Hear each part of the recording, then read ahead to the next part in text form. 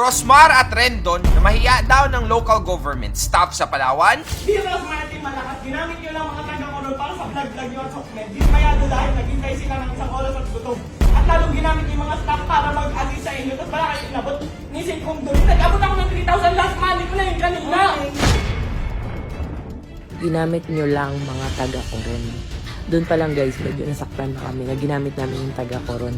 Wala nga po kaming sponsor kahit piso. Hinahamon ko nga ng suntukan si Rendon. Naghubad pangid talaga. Ekis kayo. Bakit hindi ka nabigyan? Pumunta kami dito para tumulong at i-promote yung Coron. Bakasyon po ang pinunta namin. Naisipan lang talaga namin magtulong-tulong para makapagbigay ng konti at makapasaya ng tao dito sa Coron, Palawan.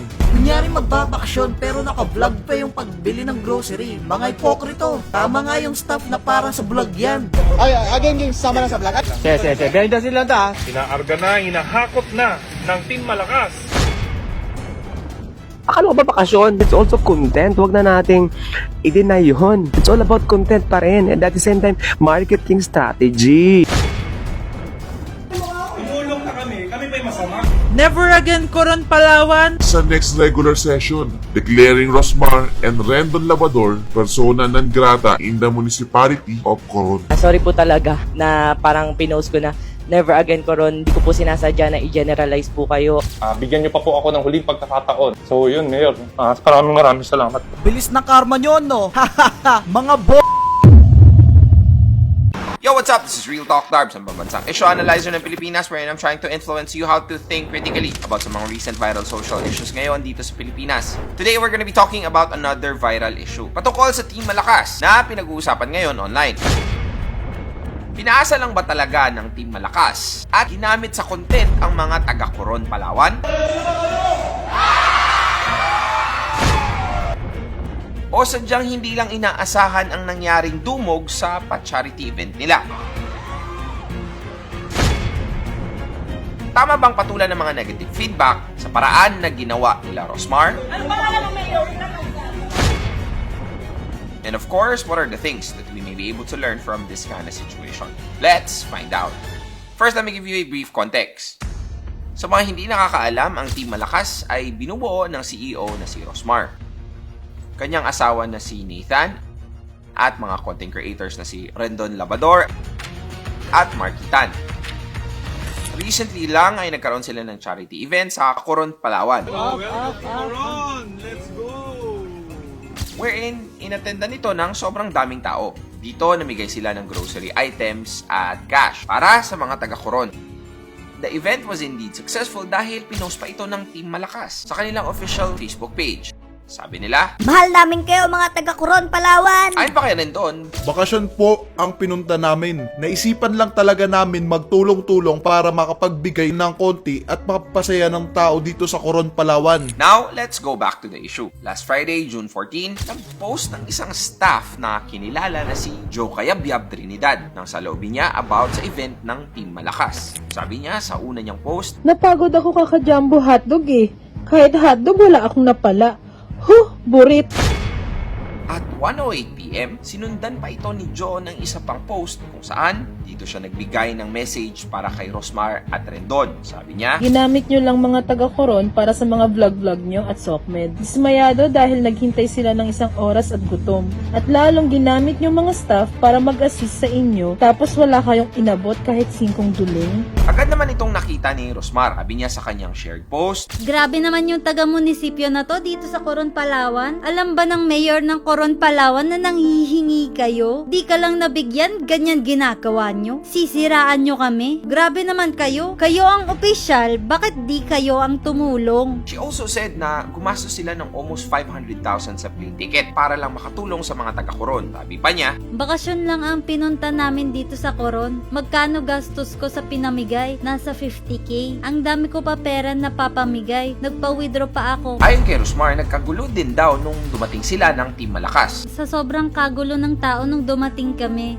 sabi din namin sa mga official ay sila na ang magtuloy ng mga papamigay namin. Rosmar also said na wala naman daw silang post bukod sa live. Sabi pa niya, May pinost ba ako bukod sa live? Negosyante ako at di ako vlogger lang basta-basta. Sahod ko nga sa YT, di ko na kinukuha. Porke di ka nabigyan, dapat ba ikaw bigyan namin kesa sa taong bayan? at the latter part of her post, sinabi pa niya na tumulong lang sila pero Tumulong na kami pa rin ang masama. Grabe naman yan, sakit sa puso. Tumulong na kami pa ang masama. at 2:14 PM, nag-status pa si Rosmar. Sabi niya dito, Tumulong ka na, masama ka pa. Gusto ko na umalis dito sa Coron, Palawan. at 2:42 PM, nag-post naman ng video si Rendon kung saan mapapanood dito ang pagsugod nila sa staff that posted against them. Susukan daw sila ng doon. Tapos may mga kababayan na yun. Ikaw kaya iyak na yun. Eh, ikaw yan. Paglabas nito, nagtanong agad si Rendon. Ang sabi pa niya, Ano pinagmamalaki mo? Hindi, ano pinagmamalaki mo? Ano sinasabi mo? sumabat naman agad si Rosmar wherein binasa pa niya ang mismong post ng staff. Sabi niya, Di ba Martin Malakas, ginamit nyo lang mga taga-Coron para sa vlog-vlog nyo at software. Dismayado lahat, naghintay sila ng isang oras at gutom. At lalong ginamit yung mga staff para mag-alis sa inyo. At para kayo inabot, nisin kong doon. Nag-abot ako ng 3,000 last month na yung ganun na. tinanong din siya ni Rendon at sinabi kung sino ba siya sa office. Sino po ba kayo dito? Wala po, staff. Bakit hindi ka nabigyan? Ay, Pumunta kami dito para tumulong. Kinall out din ni Rendon ang mayor ng Coron. Sabi niya dito, Tignan nyo nga, Mayor, nandito po kami para tumulong. Promote kami rito para promote ang turismo Palawan. habang nagkakasagutan na, sumali na rin si Markitan. Hirit niya sa staff, Alam mo naman, di ba, kailangan mag-coordinate dito bago namin gawin ito. Patunay namin bigyan yung mag-assist. Para sa mga kapagbayan, hindi ba? he also said na hindi sila galit sa lahat ng tao, kundi sa Nag-post lang. Wala sa'yo ha, sa nag-post lang. Hindi namin bigay namin, sa nag-post lang. maririnig din si Rosmar na umiiyak na habang nagpapaliwanag. Gusto namin makikita yung mga tao. Pinost ko kung ano na ipamimigay namin. Sabi pa ni Rosmar sa staff, Kung may nag-post pang iba, bakit ka makikipost? Kasi sabi ko diba? Taga-munisipyo ka. Taga-munisipyo ka, alam mo. Dapat di ka lang ganun sa ganun.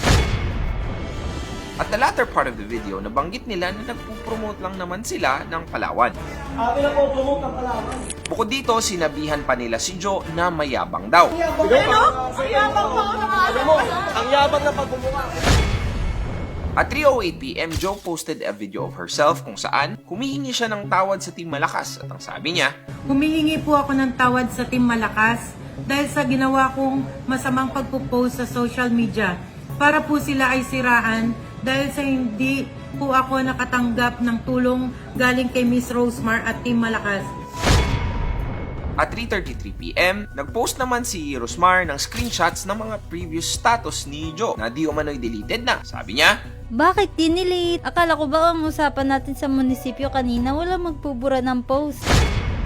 at the same day, 3:56 PM, labas naman ng statement ang mayor ng Coron, Palawan na si Mayor Marjo Reyes regarding the incident. Dito, sinabi nila na magsasagawa sila ng isang masusing investigasyon at lahat ng mga taong involved ay dadaan daw sa legal process. Sabi pa dito, Maging responsable po tayong lahat sa paggamit ng social media. Ang ating mga salita at kilos online ay may malaking epekto sa damdamin at reputasyon ng ibang tao. now, shinare naman ito ni Rosmar sa kanyang FB page at sinabi niya, Thank you po, Mayor Marjo Reyes. Napakaganda po dito kaya pinromote namin ng bongga. hirit din ni Rendon, Maraming salamat po, Mayor Marjo Reyes. In behalf of #Team Malakas, suporta po kami sa Coron, Palawan para mapalakas ang turismo at mga nagsisimulang negosyo. The following day, June 15, nag-post ulit si Rosmar patungkol sa naging viral video. Dito sinabi niya na na-trigger daw talaga sila sa post kaya sila nag-react ng ganun. Sabi pa niya, Tao lang din kami nasasaktan. Kapag pala sikat ka at marami ka followers, dapat di ka nagpapatol kasi sikat ka kahit ipahiya ka sa social media. she admitted na may mali din naman sa ginawa nila pero tao lang din sila. Oo, may mali kaming naging action pero tao lang din kami. Magkano na din nagastos namin at ni isa wala ako kinita sa vlog na sinasabi nyo. Sinagot din ni Rosmar ang mga tanong patungkol sa pagpopromote nila sa Coron. Sabi pa niya, Alam nyo ba na kahit ganun nangyari na issue, nagpapasalamat sila sa amin kasi muli daw pinag-usapan ng Coron Palawan. Kasi wala na daw halos turista ang pumupunta ng Coron. sabi pa niya sa dulo ng post, Sorry uli sa mga taga-Coron na naapektuhan. Matagal na akong tumutulong pero nagsisimula pa lang kami tumulong bilang grupo na Team Malakas. Nagkamali man. Pero tao lang din kami nasasaktan. Hayaan nyo, sa susunod mas kokontrolin na namin ang aming emosyon. At 1:42 PM, Rosmar posted a screenshot ng conversation nila about sa ginawa nilang charity event. Sabi pa niya sa caption, Sa mga nagsasabi na di kami nakipag-coordinate sa ginawa naming charity sa Coron Palawan, sadyang nagulat lang din kami kasi sobrang dami talagang tao. May mga pulis doon at staff ng munisipyo. Sadyang sobrang dami lang talaga at di na nakontrol ang dami ng tao. at 8:32 PM, nag-post ulit si Rosmar, apologizing for her reaction na dala rin umano ng postpartum. Sabi niya, Sorry kung nagkaganon reaction ko. Sadyang kakapanganak ko lang. Nadala lang ng emosyon. Wala naman kami ginusto kundi makatulong lang. At the same day, kumalat din ang online proposed resolution na pinost ni Juan Patricio A.S. wherein sinasabi na i-declare nila sina Rendon at Rosmar na persona non grata sa Palawan, which means hindi na acceptable or welcome ang dalawa sa lugar nila. According sa post ni Juan, this is a proposed resolution. Coronians, ito na po ang resolution na ihahain sa next regular session, declaring Rosmar and Rendon Labrador persona non grata in the municipality of Coron. Now, dahil sa issue na ito, nakatanggap ito ng iba't ibang sentiments mula sa mga netizens, gaya na lamang ni Halatang walang mga professionalism. Pinagtulong-tulungan nyo na nga, dinuro-duro nyo pa. Mali ang ginawa ni ate pero mali ding ipahiya nyo siya. Nako, kung ikaw man lang ang magpo-promote, wag na. Dahil hindi ka magandang ehemplo sa influencer. Nasa office ka ng mayor, uy, wala ka sa kanto. Ang OA mo naman makipag-usap kay ate at mag-address ng concern. The design is very kanal. May pagduro-duro ka pa kay ate. So, what are the 3 things that we may be able to learn from this kind of situation? Number 1, without action, plans are meaningless. And without planning, actions can lead to disaster. Now, again, this is more than about the coordination. Kasi sabi nga ni Rosmar, nakipag-coordinate daw sila. And that's good. However, ano ba yung kinoordinate? What exactly was the plan? Malinaw ba? You see, ang pagpaplano sa ganitong charity event should take months of preparation. Hindi lang dapat ito ginawa dahil lang sa magbabakasyon tayo. Gawin na natin para isahan na lang. Another thing, it was a private event, meaning LGU can only accommodate so little. So kung private event, I think we shouldn't expect local officials to do the hard job for us. Better siguro that we would have hired event coordinators to handle it. Remember that the clarity of your communication determines the effectiveness of your coordination. Hindi lang ito basta-basta sa pag-share ng information, it's also about ensuring that everyone understands it clearly. And I believe medyo na-misunderestimate nila ang kanilang power to gather people because I believe that they got overwhelmed.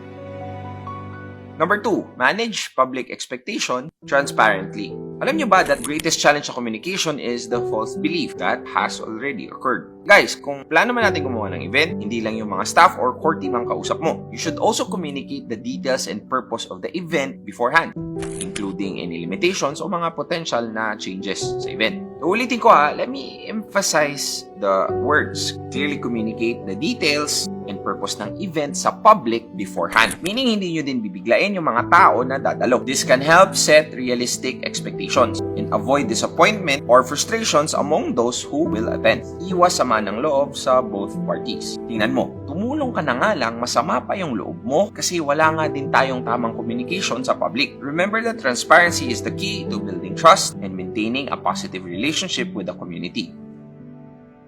Number 3, social media grants us the freedom of speech, but not the freedom of consequence. Honestly, lahat naman sila may karapatang magsalita ng sarili nilang mga opinion. Kahit naman tayo madalas pinopost sa social media ang lahat ng experience at nararamdaman natin. Social media kasi ang nagiging way natin to express our emotion. To the point na minsan, grabe na pala yung nasasabi natin. Ang ginamit yung mga staff para mag-alis sa inyo, tapos wala kayo inabot.